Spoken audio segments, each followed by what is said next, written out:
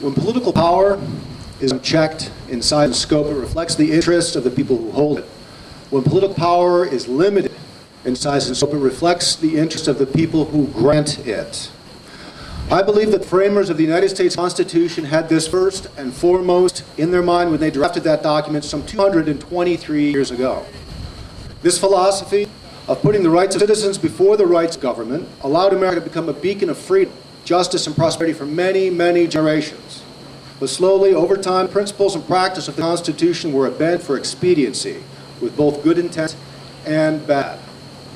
I hold those same beliefs that helped frame the Constitution, and this is why I chose to cast myself into the fray of Albany politics, that we might take our country back by first taking back our state, not just from the regulatory morass that the state of New York has created through almost a century of mismanagement and corrupt legislation, but by also invoking the sovereign rights of people of the state of New York. For if our federal government fails its primary duty, which is to protect its citizens, then it falls on the government of the states to protect them. And, if necessary, protect them from the abuses of a federal government which has long forgotten that the people do not serve its interests and those of a select few, but it serves the interests of the people. All of us here were born into this circumstance. In this life, we have known nothing else. Some might even say that on a higher plane we may have actually chosen that. More would argue that this happened by pure hapstance, and even more I'd argue that it was fated.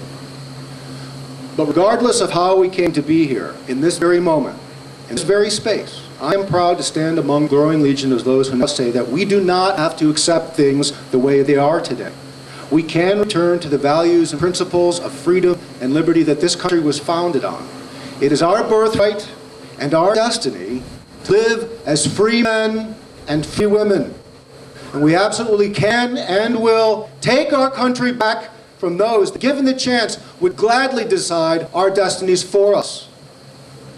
I have no doubt that the seeds of destruction that were sown when those before us abandoned the Constitution, when they one by one come to fruition, that many, many more will awaken. And when enough sleepers have roused from their slumber, we will achieve what is rarely known in human history, a peaceful revolution. Thank you for coming out here to share this night with us. Thank you. I'm very glad you're with us.